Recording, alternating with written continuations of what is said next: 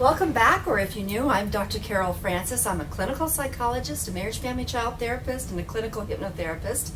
Today, let's talk a little bit more about being in a relationship that is romantic or connected in that sort of fashion. So the idea in our society, Western society, is that we are moving more and more toward an equal identity. But equal identity is still not completely ingrained in our culture. We still have these feelings that there are certain things that women should do, certain things that men should do. And so what you want to do when you're forming this relationship is, no matter what gender you are in terms of your sexual identification, one person will have certain roles in mind, another person will have certain roles in mind, and you want to become clear as to what those roles are defined as, and also where did those role definitions come from? Because it may be that the partner that you have doesn't really want to take on the roles that you feel a partner of yours should have. So wait a minute, so if I want a partner to fulfill these certain roles, but that other partner is okay with, let's say, 50% of those particular role assignments, but not okay with the other 50% role assignments, it's going to be conflict oriented, because that other person's always going to feel like you want them to be something that they don't want to be, and that you're always disappointed with them because you want them to be some way that they don't want to be. So you want to become very clear about what roles you've assigned consciously and unconsciously based on your history, your expectations, your lack, and also your desires, your needs, and what roles they really want to fulfill because it matches who they are. I'll just take one example. In all relationships, there's usually one person that's kind of the protector and the other individual that wants to be protected. And it may be that that kind of flips, so that both of you can be protectors at different times and both of you can be protected at both times. It may be that both of you are protective toward the other person and both of you need or feel the comfort when someone's protective.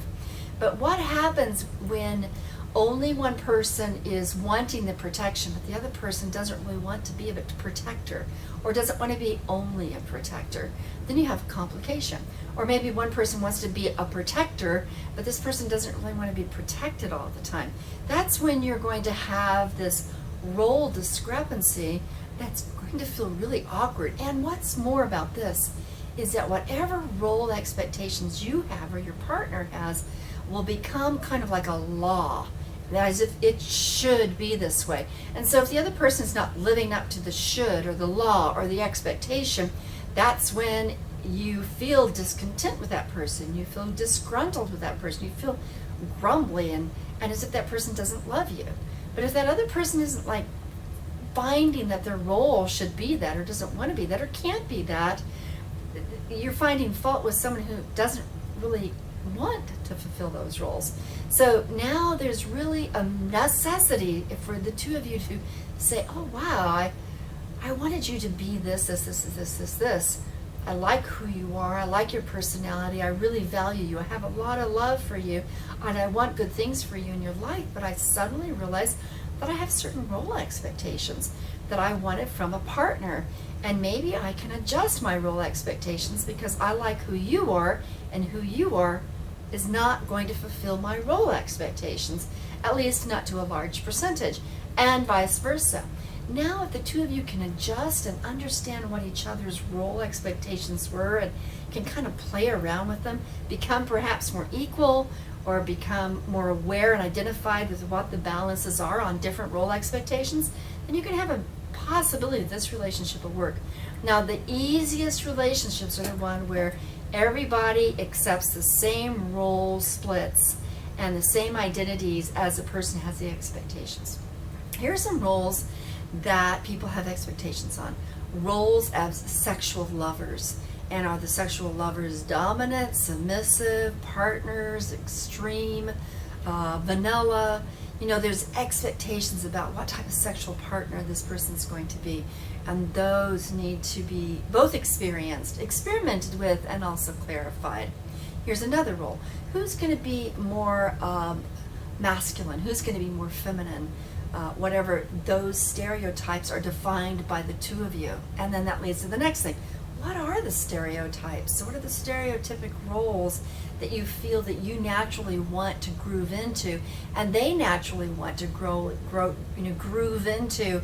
And then to what degree did you not realize that that other person had those roles in mind for you, and that you had these roles in mind for that other person, and they don't match? And then can you work that through?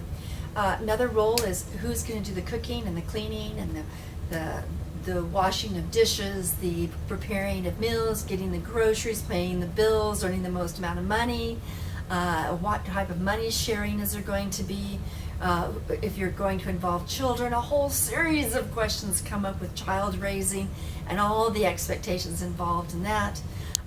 What is the expectation you have for the other person in terms of them taking care of their health and taking care of your health, and each of you separately taking care of your own health? You know, these expectations go on and on and on.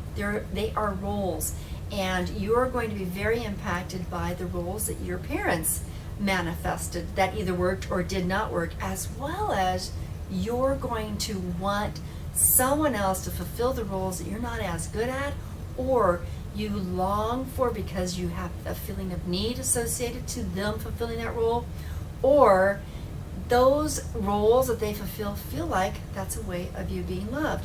For some individuals, if you do the cooking, I will feel loved by you. For others, if you clean, I will feel loved by you. Where the other person may not want to cook and may not want to clean, and does that mean you're going to feel like they don't love you if they don't fill those two roles? Absolutely, you will feel like they don't love you because that's an expectation you've landed on them, and that may not be what they want to do. However, they may be able to love you in terms of supporting you, moving you forward in your career, being able to help you fulfill your dreams, but you may not really particularly wish for them to fulfill those roles, and so as a consequence, you might not feel how much they're loving you in that respect because you never really assigned those tasks to them in your conscious, your unconscious, or your subconscious.